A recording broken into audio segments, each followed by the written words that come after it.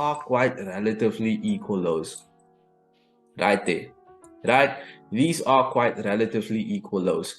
Now, like I made mention, right? If I'm gonna say that this area over here is basically my sell side liquidity,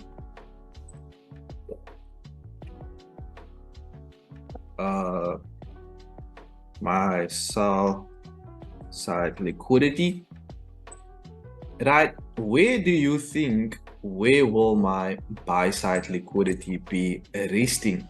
Would you say that it will be, if I can maybe just make this a little bit smaller,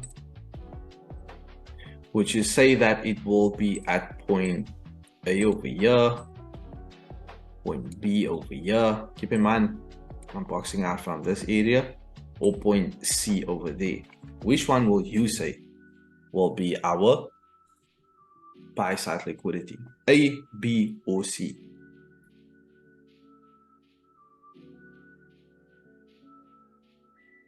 B. B, right? B will basically be our buy side liquidity. Why? Because this is now the leg we're gonna find ourselves working with. Clean, right? So this area over here, this is basically my buy side liquidity.